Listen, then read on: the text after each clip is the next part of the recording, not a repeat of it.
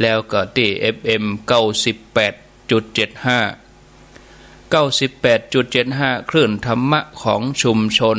ตั้งอยู่ที่วัดห้วยตองซักตำบลขวงเปาอำเภอจอมทองจังหวัดเชียงใหม่โดยท่านพระครูวาปีวรมณิชท่านอาจารย์ชวริตชยวังโสที่ได้ดูแลสถานีถึงเวลาก็เปิดเครื่องส่งเกาะสัญญาณเชื่อมสัญญาณเอารายการนี้ไปสู่ผู้ฟังทางบ้านแล้วก็ญาติโยมท่านผู้ฟังที่ฟังทาง 91.50 สถานีวิทยุชุมชนคนนาน้อยอำเภอนาน้อยจังหวัดน่านด้วยขอเจริญพรต้อนรับทุกท่านอนุโมทนาขอบคุณอนุโมทนาบุญกับสถานีวิทยุทุกคลื่นทุกที่ทุกแห่งที่ได้เกาะสัญญาณเชื่อมสัญญาณเอารายการนี้ไปสู่ผู้ฟังทางบ้านท่านผู้ฟังที่ติดตามทางระบบออนไลน์ YouTube แล้วก็ Facebook ของทางวัดฝ่ายหินคลื่น104 Facebook ท่านพระครูสมุวิศวัตวรกิจโจคลื่นธรรมะคลายเครียดหลายช่องทางก็ขออนุโมทนาทางระบบถ่ายทอดสด YouTube ตัวท่านผู้ฟังญาติโยมทั้งหลายชีวิตของคนเฮานั้นก็มีขึ้นมีลงเหมือนกับวันเดือนปีเนี่ยวันนี้อย่างที่อาตมาเข้ารายการว่าวันนี้เป็นวันขึ้น11ค่ำแถม 3-4 วันก็จะเป็นวันเดือนเพ็งเดือนเก้าเพ็งเป็นช่วงนี้เป็นเดือนขึ้นนี่เนาะขึ้น8ค่ำขึ้น9ค่ำแล้วก็เลยเดือนเพ็งไปแล้วก็จะเป็นวันเดือนแฮมเวลาเปิ้นนักเดินเรือหมู่ที่เปิ้นไปตามท้องทะเลเมื่อเปิดสังเกตข้างขึ้นข้างแรมสังเกตว่าประเด็นนี้น้ำขึ้นกะน้ำลงกะอีนะชีวิตเฮาก็เหมือนเดียวกันญาติโยมมีขึ้นมีลงมีดีใจมีเสียใจมีผิดหวังมีสมหวังมีหัวเราะมีร้องไห้เต็มไปด้วยความพกผันเปลี่ยนแปลงตลอดเวลาอันนี้สภาพแวดล้อมภายนอกก็ดีสภาพร่างกายภายในใจเฮาก็ดีเนาะเกี่ยวข้องกันหมดท่านผู้ฟังบอกว่าจะสภาพแวดล้อมจะเปลี่ยนแปลงอย่างใดสิ่งสำคัญที่สุดก็คือเฮาจะต้องรักษาใจของเฮาให้เข้มแข็งมีอารมณ์ดีอารมณ์ที่ปลอดโปร่งโล่งสบายอยู่ตลอดเวลาพยายามจะเอาสิ่งที่มากระทบน้อยที่สุดบางทีก็จะมีสิ่งมากระทบแต่บัดทำให้เฮากระเทือนเนาะเสมือนกับภูเขาภูเขาบ่ได้สะเทือนเพราะแรงลมสันใดเนี่ยศรัทธาญาติโยมหม่อนดอยภูเขาบางครั้งก็มีหิมะปกคลุมบางครั้งก็หนาวบางครั้งก็ร้อนตากแดดอยู่ตลอดตากฝนอยู่ตลอดบางทีก็โดนลมหลวงภูเขาหม่อนดอยก็บ่ได้สะเทือนเพราะแดดเพราะลมเพราะน้ำเพราะฝนบางครั้งก็มีลมพายุพัดกระหน่ำฝนตกฟ้าห้องฟ้าแมบฟ้าผ่าทั้งที่ภูเขาก็ได้รับการปั่นป่วนรอบด้านแต่ภูเขานั้นนิ่งบ่ได้สะทกสะท้านท่านผู้ฟังญาติโยมชีวิตเฮาก็อย่างเดียวกันจิตใจหนักแน่นเหมือนดังภูเขาบ่ว่าจะประสบปัญหาทุกข์ยากลำบากเผชิญกับความวุ่นวายรอบด้านแต่ถ้าใจเฮาเบาสบายสะอาดสว่างสงบเหมือนภูเขาก็บ่หวั่นไหวต่อแรงลมที่มาจากทั่วทิศพระพุทธเจ้าพระองค์ได้ตรัสไว้ในสูตรหนึ่งชื่อว่าปฐมบุญญาภิสันทสูตรปฐมปุญญาภิสันทสูตรตรัสไว้ว่าแม่น้ำทั้งหลายอันเป็นที่อยู่ของฝูงป่าย่อมไหลไปสู่ทะเลอันเป็นที่รองรับน้ำใหญ่เป็นที่ขังน้ำใหญ่ สุดที่จะประมาณได้แล้วเป็นที่กำเนิดแห่งสิ่งต่างๆฉันใดต่อสายทานแห่งบุญย่อมหลั่งไหลไปสู่บัณฑิตผู้ฮือทานศีลและภาวนามีข้าวน้ำผ้าที่นอนที่นั่งเครื่องปูลาดเป็นต้นดุจแม่น้ำจากหลายสายไหลไปสู่ทะเลฉันนั้นท่านผู้ฟังญาติโยมท่านสาธุชนทั้งหลายผู้ที่มันสั่งสมความดีอยู่ตลอดจะทำจิตใจร่าเริงเบิกบานกระแสแห่งความม่วนอกม่วนใจกระแสแห่งความดีกระแสแห่งกุศลที่ญาติโยมทั้งหลายทุกคนได้ทำก็จะหลั่งไหลมาสู่จิตสู่ใจของเฮานึกถึงเมื่อใดก็ทำให้เฮารู้สึกสดชื่นเบิกบานจิตใจของเฮาก็จะถูกหล่อหลอมได้สะอาดบริสุทธิ์เมื่อเฮาได้ฮือทานรักษาศีลภาวนาบ่ว่าจะฮือทานในรูปแบบใดชนิดใดรักษาศีลเจริญสมาธิภาวนาปฏิบัติ3อย่างนี่เป็นประจำบุญก็จะเกิดกับเฮาศรัทธาญาติโยมบุญเป็นสิ่งที่ดีงามเป็นเหมือนมหาสมุทรอันเป็นที่รวมของแม่น้ำทุกสายที่ไหลมาจากทั่วทุกสารทิศเหมือนเรื่องของพระศิวลีนี่เป็นผู้ที่สั่งสมบุญเอาไว้ในอดีตแล้วก็ได้รับการยกย่องจากพระพุทธเจ้าว่าเป็นเอตทัคคะทำให้เป็นผู้ที่มีลาภนักเรื่องราวเป็นอย่างใดก็ลองฟังกันไปดังต่อไปนี้ว่าเมื่อครั้งที่พระพุทธเจ้าวิปัสสีถือกำเนิดอุบัติเกิดขึ้นมาในโลกพระพุทธเจ้าวิปัสสีพระองค์เสด็จจาริกไปตามชนบทเสด็จไปที่เมืองพันธุมวดีนครพุทธบิดาของพระองค์ก็เตรียมสิ่งของอันเป็นทานเปิดห้องว่าอาคันตุกะทานก็คือทานเพื่อภิกษุที่สัญจรมามีพระพุทธเจ้าวิปัสสีเป็นประธานพระองค์ก็ยังทรงประกาศให้เจ้าเมืองทั้งหลายมาร่วมกันเป็นสหายทานในการทานครั้งนี้แต่เจ้าเมืองก็ปรึกษาหารือกันว่าหมู่เฮาควรที่จะรวมกันถวายทานให้ยิ่งกว่าพญาเจ้าเมืองทานอันนี้เฮาต้องรวมกันทานให้ยิ่งกว่าพระองค์เมื่อตกลงพร้อมใจกันแล้วเจ้าบ้านเจ้าเมืองก็เลยส่งตัวแทนไปนิมนต์พระพุทธเจ้าฮือมาเสวยในวันพุธเจ้าจากนั้นก็ช่วยกันคนละไม้ละมือช่วยกันตกแต่งแปลงดาตกแต่งแปลงน้อมดาขัวกินขัวตานแจกแจงกันหน้าที่คนนั่นทำมานั่นคนนี้ทำมานี้ทำด้วยความปิติบุพเจตนาเกิดเพราะว่าตั้งใจว่าจะถวายอันเป็นทานแก่พระพุทธเจ้าในวันพุธเจ้า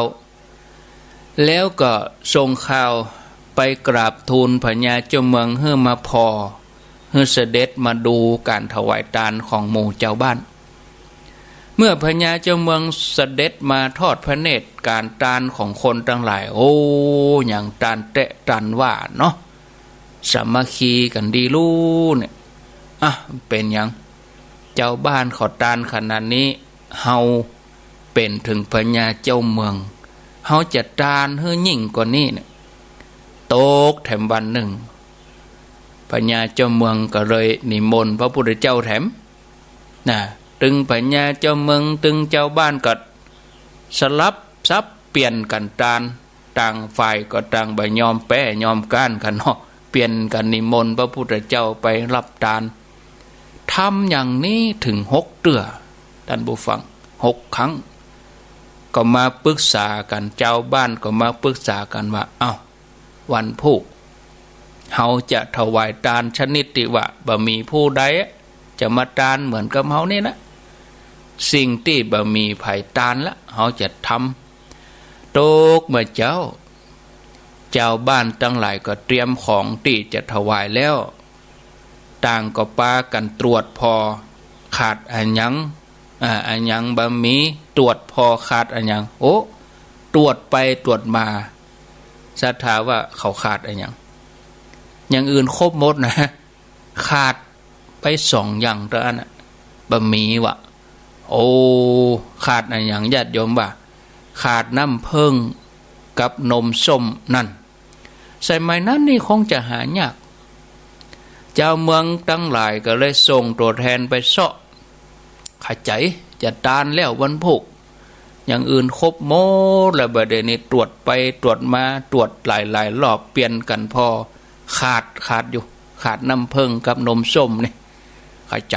จายส่งตัวแทนไปตามเมืองตามชนบทไปวกซื้อไผ่ออกแพะออกป่ามาได้น้ำผึ้งมาขจายเน้อไปเสาะซื้อมาอีน่ะ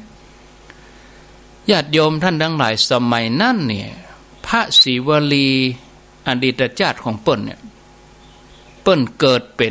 ป็นคนอยู่ในตระกูลหนึ่งเนาะก็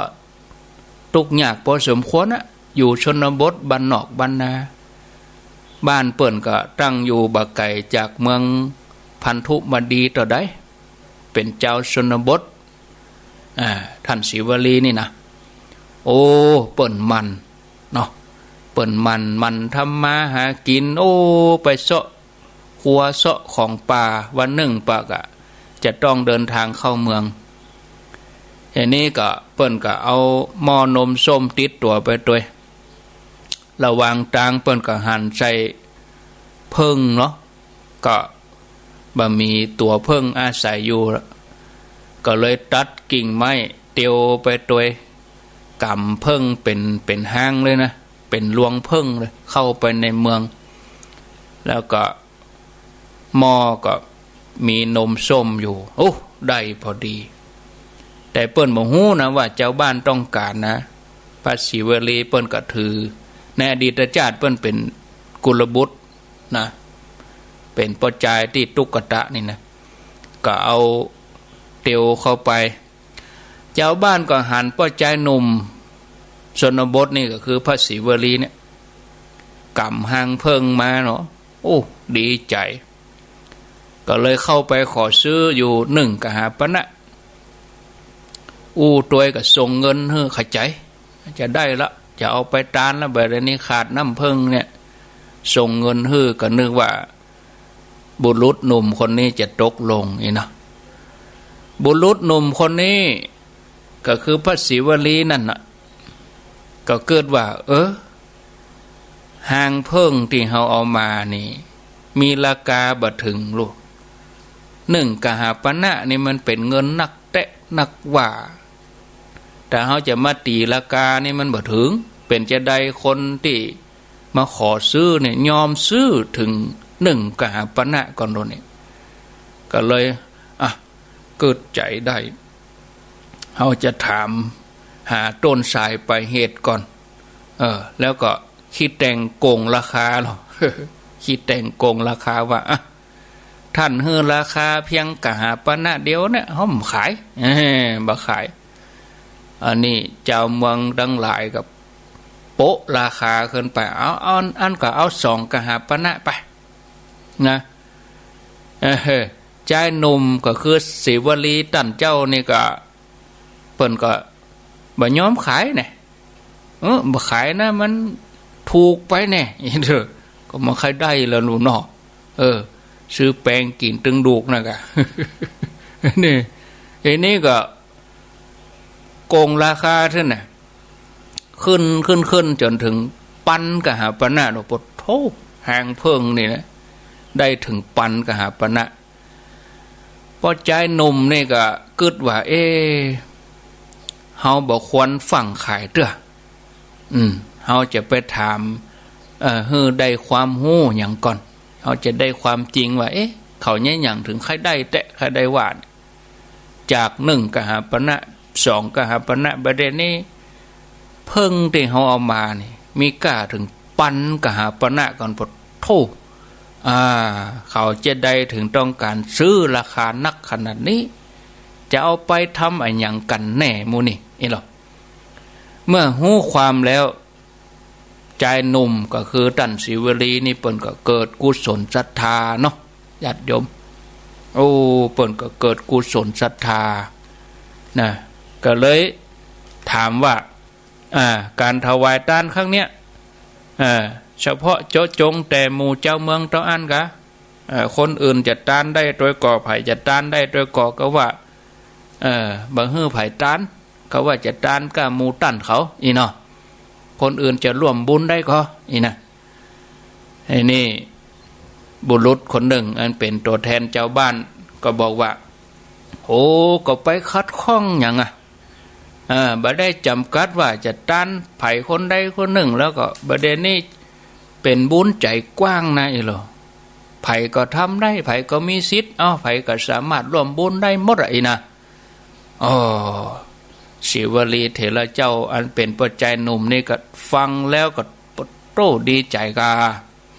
กำอันข้ามขายละเองวะถ้าอย่างอันข้ามมาขายขอตั้นจงบอกให้เจ้าบ้านเจ้าเมืองทั้งหลายเตอะว่าตัวข้าเนี่ยจะบ่ขายเพิ่งกับนมส้มนี่บอกว่าจะให้ราคาสูงเท่าใด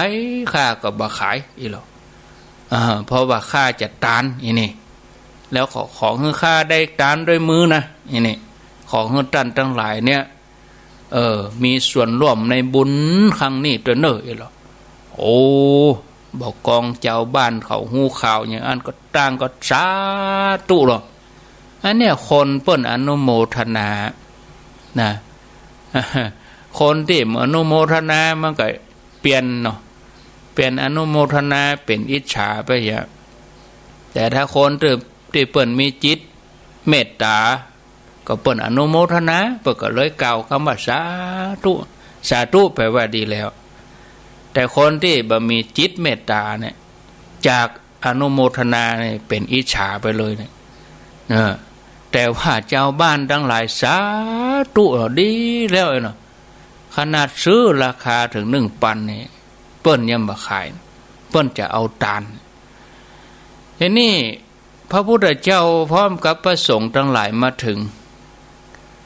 งเจ้าบ้านทั้งหลายก็ป้ากันนิมนต์ให้เปิ้นนั่งแล้วก็ถวายข้าวต้มของเกี้ยวของฉันเมื่อถึงวาระใจหนุ่มคนนี้จะได้เกณฑ์เบิกประกาศชื่ออย่างเฮาไปฮับยอดสั่งนะคะไผจะเกณฑ์อะไรอย่างไผเกี้ยมอะไรอย่างก็เอามาเกณฑ์ลอยอะ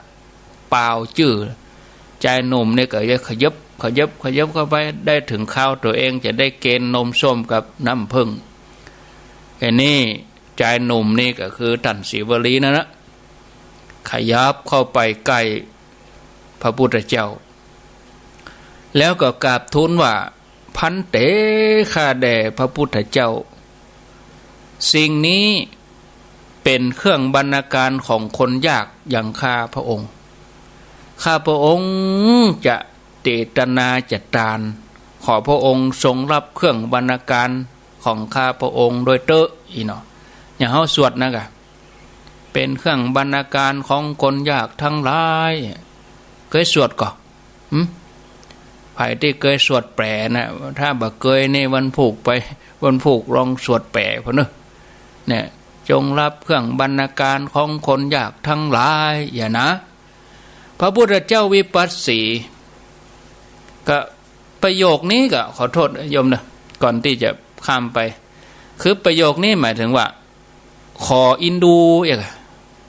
ของคนทุกข์คนยากของข้าพระองค์อันหิหามาได้ความทุกข์ยากลำบากอาจจะง่ายก็คือว่าอาจจะเป็นของที่บ่มีค่าอย่างเท่าใดเนี่ยขอให้พระองค์รับคำเตอะเครื่องบรรณาการของคนยากทั้งหลายก็คือของที่มันที่อาจจะบ่มีค่ามีศีลเท่าใดเนาะขอพระพุทธเจ้ารับคำเตอะนะพระพุทธเจ้าวิปัสสีพระองค์ก็ทรงรับนะใจบาตรรับน้ำผึ้งแล้วก็นมส้มที่ปัจจัยชนบทอันเป็นศิวลีเนี่ยเปิ้นก็รับพระพุทธเจ้ารับพระองค์ก็ทรงอธิษฐานว่าอย่าให้น้ำผึ้งผสมนมส้มนี่หมดไปเสี่ยงไปจนกลัวกุลบุตรนี้ จะถวายแด่พระสงฆ์จนครบหมดทุกรูปด้วยพุทธานุภาพท่านผู้ฟังปรากฏว่าน้ำเพิ่งกับนมส้มนั่นน่ะตานระใดก็บ่หมดโอ้ได้ตานให้กับพระจนครบหมดไปเลยนะโอ้ได้ตานจนครบกู้ตนนะท่านผู้ฟังหลังจากที่พระพุทธเจ้าพระองค์เสวยพระทหารแล้วท่านก็ได้ลุกไปขอปอนเนาะก็คือปัจจัยหนุ่มนี่ก็ลุกไปขอปอนปันเตข้าแด่พระพุทธเจ้าวันนี้ข้าพระองค์ได้หันเจ้าเมืองพันธุมวดีเอาเครื่องสักการะมาปูชาถวายพระองค์ขอให้ข้าพระองค์ได้ส่วนบุญนี้โดยอานิสงส์ของการทานน้ำผึ้งแล้วก็นมส้มนี่ขอให้ข้าพระองค์เป็นผู้เลิศโดยลาภในอนาคตเตอเนี่ยพระพุทธเจ้าวิปัสสีพระองค์ก็ประทานปอนให้กับปล่อยใจคนนี้ว่าขอให้จงสำเร็จเนอฮือสำเร็จดังกำผาธนาเตอพระองค์ก็ทรงอนุโมทนาในการทานของปล่อยใจหนุ่มแล้วก็เจ้าเมืองทั้งหลายจากนั้นพระพุทธเจ้าก็เสด็จกลับพระวิหารฝ่ายปล่อยใจนี้ตั้งใจทำนะปฏิบัติอย่างอี้มาตลอดจนเสี่ยงอายุไขเมื่อหมดอายุไขตั้นก็ได้ท่องไประวางมนุษย์โลกเทวโลกระวางเทวโลกสวรรค์กับมนุษย์โลกตลอดจนไปกูเจนกูจาดมาได้ไปอบายเลยมาจากสุดท้ายก็ได้มาเป็นพระศิวลีนี่เนาะเนี่ยท่านผู้ฟังเฮาทั้งหลายได้ยินได้ฟังแล้วเฮาจะหันว่าบุญเป็นสิ่งสำคัญนะญาติโยมทั้งหลายสิ่งอื่นนี่เป็นเพียงส่วนประกอบอย่างเฮามาเป็นคนได้เนี่ยเพราะบุญนะถ้าเฮามีบุญเฮาก็ไปได้เกิดเป็นคนเนาะตึงบุญตึงบาปอยู่ในตัวเขาเฮาเนี่ยนะเป็นสิ่งที่ใกล้ตัวบ่ใจเป็นสิ่งที่ไกลตัวคนส่วนใหญ่นี่ศรัทธาญาติโยมเหมือนคนสายตายาวพออันยังนะบาหันสิ่งที่ใกล้ตัวก็จะเกิดว่าเรื่องบุญเรื่องบาปเรื่องสวรรค์นรกเรื่องกรรมเรื่องเวรนี่เป็นเรื่องไกลตัวนะก็เลยมัวเมาประมาทเลินเล่อลาสาบ่ได้สั่งสมคุณงามความดีเนาะอันที่จริงแล้วศรัทธาท่านผู้ฟังบอกว่าบุญว่าบาปเกิดขึ้นในใจของเราตลอดเวลาเนาะเกิดจากการทำกายวาจาใจของเราทั้งนั้นแล้วก็ยังติดตัวเราไปทุกภพทุกชาติจนกระทั่งชาติสุดท้ายของเราในสังสารวัฏในวัฏสงสารเนี่ยถ้าเราได้สั่งสมคุณงามความดีถ้าเราได้ทำบุญเราประพฤติปฏิบัติเราก็จะมีแต่ความปราบปลื้มปิติเหมือนอย่างท่านทั้งหลายทำมาตลอดแล้วก็จักตั้งใจทำแห่งต่อไปเหลือเวลาแถม1 เดือนจะเข้าพรรษาเราลองตั้งใจ4 ศีลนี้เรามาซ้อมกันซักซ้อมนักกีฬาเพิ่นจะลงแข่งขันเพิ่นยังซ้อมเก็บตัวเป็นปีๆอันนี้เราจะเข้าพรรษาแห่งเดือนหน้าเนี่ยซ้อมก่อน4 ศีลนี่นึถ้าเราบ่ได้ซ้อมแล้วก็จะลำบากเนาะนักกีฬานักมวยนี่อย่างนักเรียนจะเปิดเทอมเพิ่นยังซ้อมเรียนก่อนเรียนออนไลน์เรียนอะไรอย่างก่อนซักซ้อมก่อนเนาะขอให้เราตั้งหลายทุกคนเนี่ยจะเป็นละความเปลี่ยนของตัวเองเนาะตั้งใจประพฤติปฏิบัตินะเป็นสิ่งที่เป็นบุญเป็นกุศลนะเป็นสิ่งที่น่าอนุโมทนานะศรัทธาญาติโยมท่านสาธุชนการทำของเฮาการกระทำของเฮาเนี่ยมีดีมีชั่วสลับกันไปขึ้นอยู่กับเฮาว่าเฮาจะเลือกอย่างใดเฮาจะเลือกสิ่งไหนนะถ้าว่าเฮาได้ทำกรรมไปแล้วบอกว่าจะเป็นกรรมดีกรรมชั่วเฮาพอเวลาเฮาพอละครพอหนังมีตึงพระเอกมีตึงผู้ร้ายมีตึงนางเอกมีตึงคนให้เขาจะเอาบทไหนผู้ดีหรือว่าผู้ร้ายจะเอาดีก็ว่ามาเอาดีเอาบดีเนาะ บาปก็ว่าบุญจะเอาอันใดกรรมนั้นมันอาจจะยังบ่ฮื้อผลเตื้อเนาะศรัทธาญาติโยมยังบ่ฮื้อผลทันทีต้องรอเวลาเหมือนน้ำนมที่กำลังรีดมาใหม่ๆเนี่ยน้ำนมงัวเนี่ยรีดมาใหม่ๆเนี่ยรสชาติก็ยังคงบ่เปลี่ยนแปลงอย่างใดแต่เมื่อเวลาผ่านไปเปิ้นเอามาเคี่ยวมาหยังเอามาต้มมาหยังผ่านกรรมวิธีนมนั่นก็เปลี่ยนรสชาติไปเหมือนเดียวกันกับคนเฮานี่ญาติโยมทำกรรมอันใดไว้บ่เมินบ่นานจะได้รับผลกรรมอันนั้นต่างกันก็เพียงเวลาจะจ้าจะเวก็ตออันนะเนี่ยศรัทธาญาติโยมอย่างกับตันศรีวลีเนี่ยที่ได้เล่าให้ฟังตะกี้เนี่ยโอ้ญาติโยมจนพบชาติสุดท้ายเปิ่นมาปฏิสนธิก็คือมาเกิดจุติคือตายจากสวรรค์เป็นเทวดามาปฏิสนธิในท้องของพระนางสุปาวาสาพระนางสุปาวาสานี่นะใบแจ้ธรรมดานะเปิ้นเป็นพระธิดาของพระเจ้ากรุงโกลิญะก่อนนะโดยอนุภาพของทานที่เปิ้นทำศิวลีเจ้าเนี่ยเปิ้นได้สั่งสมมาตั้งแต่เปิ้นเริ่มปฏิสนธิบอกกองหู้ว่าลูกอยู่ในท้องกับเอาโจกให้แม่เลยนะตั้งครรภ์กับปดโทปากฏว่าได้รับเครื่องบรรณาการถึง500อย่างบอกว่าเจ้าว่าแรงเป็นผู้ที่มีลาภสักการะนักเป็นที่เรื่องลือเนาะเจ้าบ้านเจ้าเมืองเนี่ยต้องการจะเอาสวนเอาไห่เอานาไปเฮือหมดต่างก็ต้องขอบารมีพระนางบางทีนานี่บ่ได้ผลก็ไปขอพระนางมาหย่ำมากำเนี่ยไปกำผลผลิตเอาเข้าเจือมาเฮือขนาดแม่บ่ได้นะเอาเข้าเจือมาเฮือแม่กำให้น้อยประตูเข้างามเข้าดีเอาไปหวานเพาะปลูกอีน่ะนี่ศรัทธาญาติโยมขนาดว่ามาอยู่ในท้องโดยอนุภาพของลูกคือพระโอรสที่อยู่ในครรภ์เนี่ยเมื่อเข้ากาออกลวงก็ปรากฏว่าเข้าแต่ละต้นเนี่ยแตกงอกออกมาปดตูศรัทธาญาติโยมเมื่อหวานเมล็ดพันธุ์ไปลงในนาหนึ่งให้ก็ได้ถึงเป็น60ลำรถลำล้อปุ่นนะขนขึ้นไปในหลองเข้าก็ไปแผ่ออกในหันแถมปโทเจ้าบ้านเจ้าเมืองก็ขอพระนางสุปาวาสาไปกำประตูหลองเข้าเนาะไปกำประตูหลองเข้าปดเท่าศรัทธาญาติโยมกินบ่ฮู้จักหมดจักเสี่ยงเนี่ยในสมัยนั้น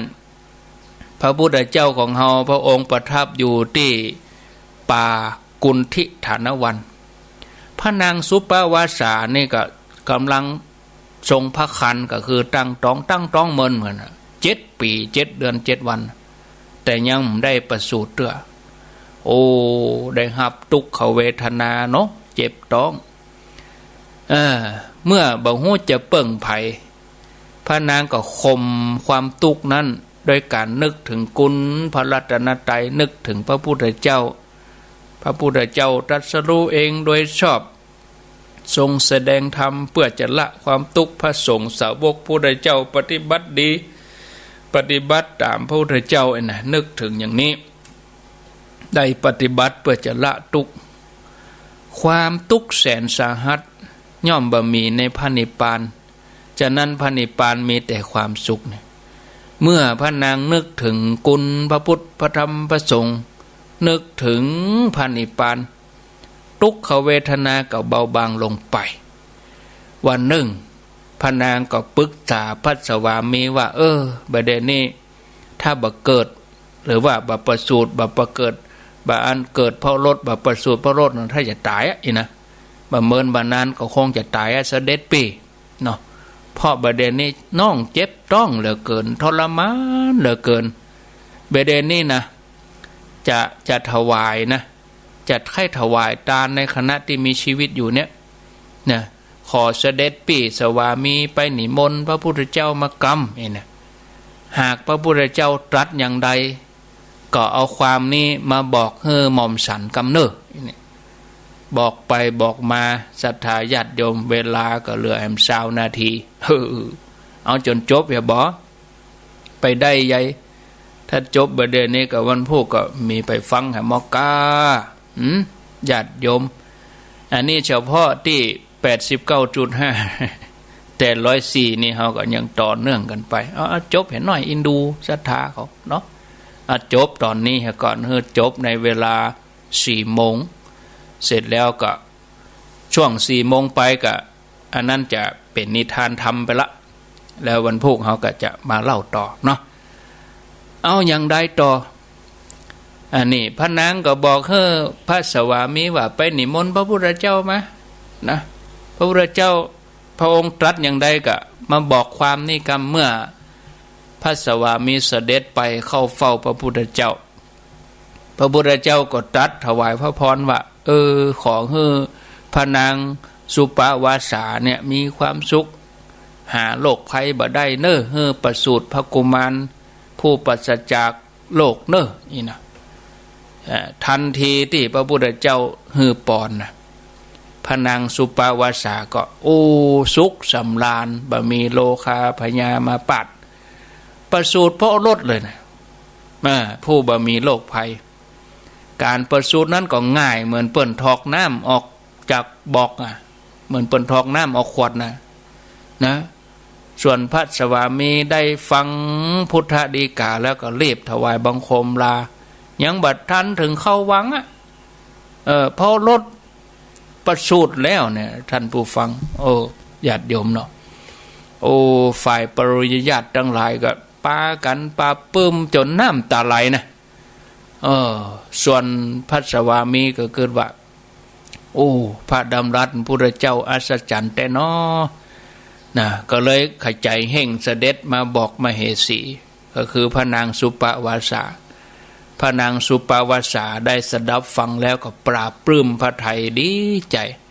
หมู่บรรดาประยุรญาติก็ตั้งชื่อนามพระกุมารนี้ว่าศรีวลีศรีวลีแปลว่าผู้มีความเกษมสำราญในหมู่ญาติ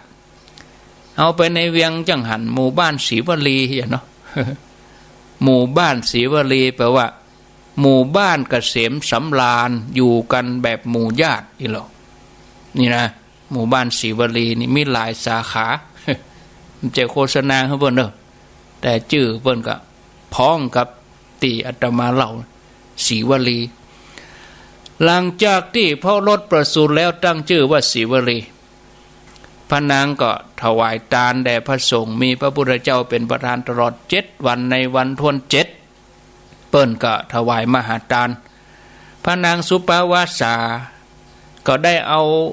กุมารน้อยเนี่ยเอาไปพระพุทธเจ้า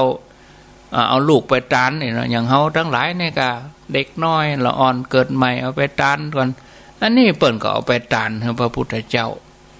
เอากุมารศรีวลีนี่ไปทานทีนี้พระเสรีบุตรเถระเจ้าก็ได้ถามว่าอันศรีวลีเธอยังพอทนได้ก็กุมารนี่ก็ตอบว่าพวกคุณเจ้าผมจะมีความสุขได้อย่างใดอยู่ในท้องเนี่ยอยู่ในท้องนี่เหมือนอยู่ในหม้อนหกถึง7 ปีผู้เป็นแม่ก็คือพระนางสุปวาสาได้ฟังคำของลูกแล้วก็บ่ม่วนใจแล้วครับนี่อยู่ในท้องแม่เหมือนอยู่หม้อนหก7 ปี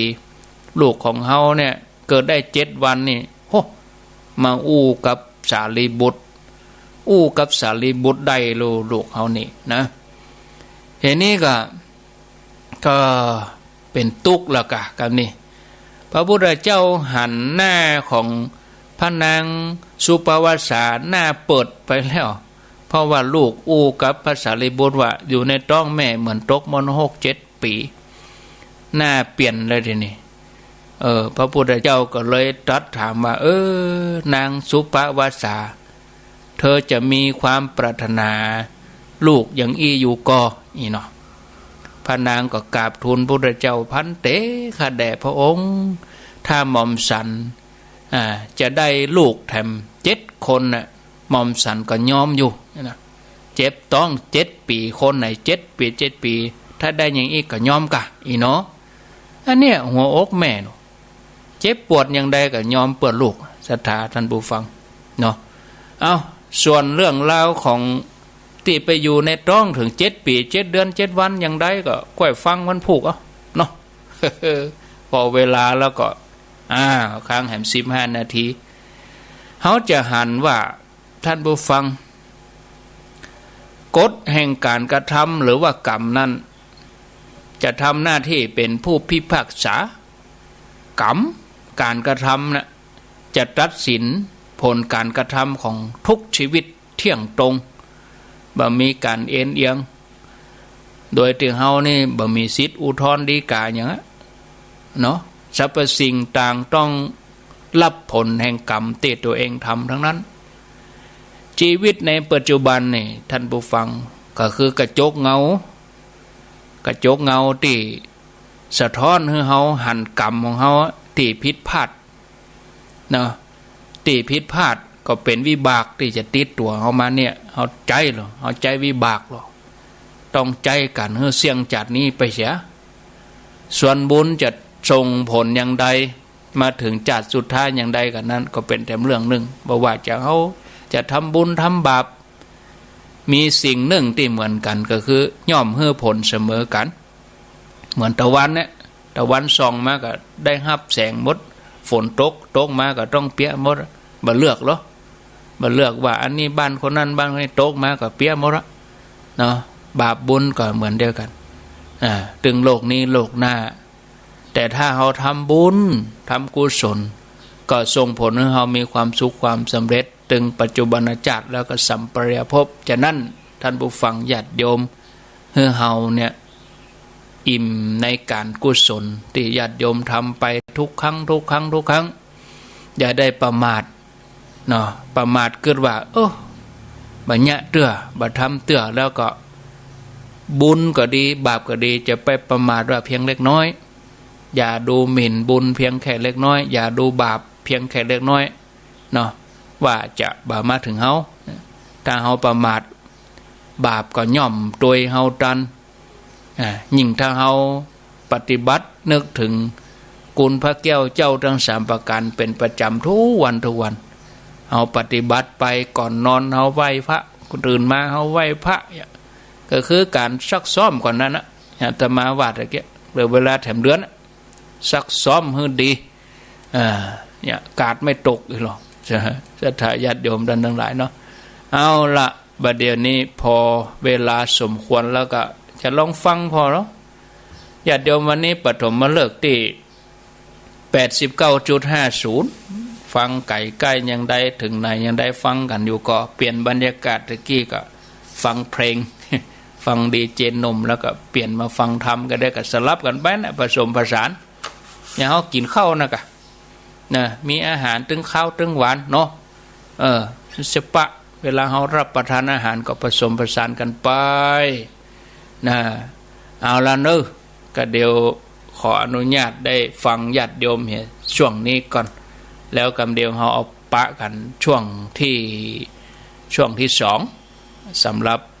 100.25 104.50ห้วยตองซักแล้วก็ตังน่านแล้วก็ตังแม่แจ่มอันนี้ติดตามรับฟังกันก็ขอเจริญพรโทรศัพท์เข้ามาที่เบอร์